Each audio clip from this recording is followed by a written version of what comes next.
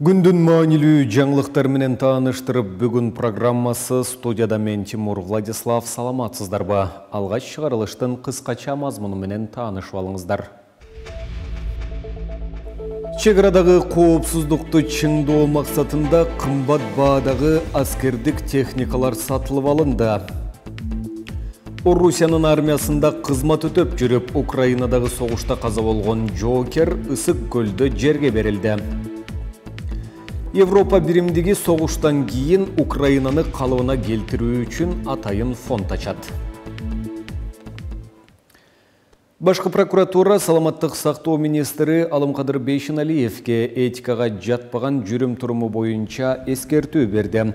Бул тууралуу мекеменин басма сөз кызматы маалымдады. Башкы прокуратурага министрдин жүрүм туруму боюнча кайрылуулар келип түшүп, анын негизинде текшерүү жүргүзүлгөн. Жыйынтыгында саламаттык сактоо министри Алымкадыр Бейшеналиевке этикага жатпаган жүрүм туруму боюнча эскертүү берди деп айтылат көзөмөл органдын билдирүүсүндө. Башкы прокуратура мамлекеттик кызмат жөнүндө мыйзамдын талаптары бузулганы боюнча министрлер кабинетинин төрагасына сунуш жөнөтүлгөнүн билдирди. Буга чейин парламенттин айрым депутаттары саламаттык сактоо министри Алымкадыр Бейшеналиевдин коомдук жайлардагы жүрүм турумуна, башка кесиптештери тууралуу айткандарына өлкө жетекчилери реакция жасашы керек экендигин айтып чыгышкан. Министр бир катар таанымал дарыгерлерди сындап иштен алган. Мамлекеттик ооруканаларда жайгашкан бир нече менчик медицина борборлорун имараттан чыгарууда чыр чыккан. Бейшеналиев өзү саламаттык сактоо тармагында реформа жасап жатканын, ага айрым адамдар бут тосууга аракет кылып жатканын айтып келет. Мен эч кимден коркпойм. Өзүм инкипскимин.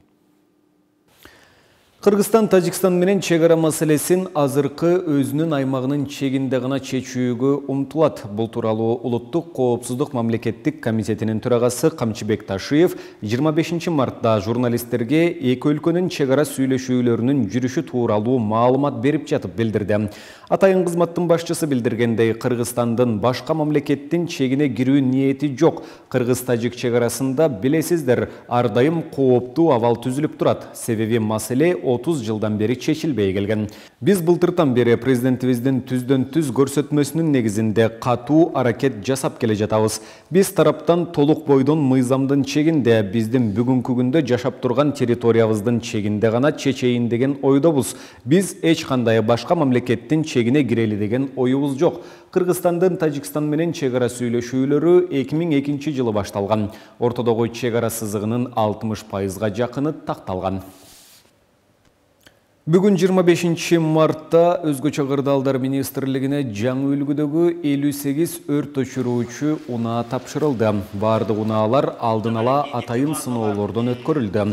Алар адам өмүрүн сактоого, өрт коопсуздугун алдын алуу үчүн өлкө аймактарындагы облустук өрткө каршы бөлүмдөргө бөлүнөт.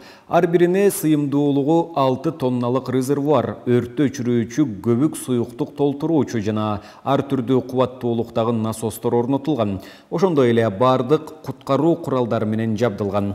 Өрт өчүрүүчү унаалар кырсыктардын тобокелдигине туруктуулукту жогорулатуу долбоору аркылуу алынды. Министрликтин маалыматына караганда, өлкөдө мындай өрт өчүрүүчү унаалар 2008 жылдан бери алынган эмес. Кыйноого каршы улуттук борбордун кызматкерлерине номер 47 колонияда отурган мурдагы президент Алмазбек Атамбаевдин камерасындагы видео байкоолорду көрүүгө уруксаат берилген жок. Бул тууралуу мекеменин расмий сайтында маалымдалат. Маалыматка ылайык, аталган борбордун кызматкерлери номер 47 колонияга 24 мартта барган. Атамбаев менен жолукканда анын колу бутунда көк ала тактар бар экендиги аныкталган. Министрлер кабинетинин төрагасынын орун басары Эдил Байсалов өзүнүн Твиттердеги баракчасына мурдагы президент Алмазбек Атамбаев боюнча бир нече пикирин жазды. Ал мурдагы президент өзүн мыйзамдан жана мамлекеттен жогору коюп жатканын белгилеген. Ошондой эле 2019 жылы суракка келбегендиктен жана куралдуу каршылыктардан улам кой таш окуясы болуп, атайын кызматтын офицери өлүп, башкалар дагы жаракат алганын эске салган. Эми ал бир нече айдан бери сотко келүүдөн баш тартып жатат. Кандай укук менен ал Ал миңдеген башка айыпталуучулардан же камактагылардан эмнеси менен жакшы же жогору, ошондуктан эркинен ажыратуу, ошол себептен абак режими камактагы адам соттун жана коштоочулардын талаптарына баш ийүүгө милдеттүү деп жазган. Украинадагы согушта каза болгон теги кыргызстандык Эгемберди Дорбоев бүгүн 25 мартта Ысык Көл облусунун Карой айылында жерге берилди. Маркумдун сөөгү айылына 24 марттын кечинде жеткирилген. Орусиянын куралдуу күчтөрүндө келишимдик негизде кызмат өтүп жаткан катардагы жоокер орус жараны Дорбоев каза болгонун Орусиянын Кыргызстандагы элчилиги 22 мартта расмий ырастаган. Маркумдун жакындары анын курман болгонун 16 мартта укканын кабарлашкан. Орусиянын бир нече сайты ал 8 мартта каза болгонун жазышкан. Окко учкан жигит 19 жашта экени, сөөгү Кант авиа базасына жөнөтүлөөрү маалым болгон. Кыргызстандын миллиондон ашуун жараны Орусияда эмгектенет. Бейрасмий маалыматка караганда 400-500 миңдей кыргызстандык орус жарандыгын алган. Европа биримдигине кирген өлкөлөрдүн лидерлери согуштан кийин Украинаны калыбына келтирүүгө байланыштуу атайын фонд түзөт. Бул тууралуу биримдиктин кезексиз саммитинин жыйынтыгы боюнча документте жарыяланды. Европа биримдиги Украинанын өкмөтүн кечиктирилгис муктаждыктар менен камсыздоодо жана Орусия тараптан ок атуу токтотулгандан кийин демократиялык Украинаны калыбына келтирүүгө милдеттенме алат. Бул максат үчүн Европа кеңеши Украина менен тилектештик фондун түзүүнү макулдашты жана башка эл аралык өнөктөштөрдү буга катышууга жана жардам берүүгө чакырат деп айтылат уюмдун лидерлеринин кайрылуусунда.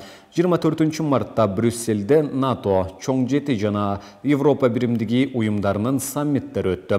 Украина президенти Владимир Зеленский кайрылуусунда колдоону күчтөнтүүнү суранды.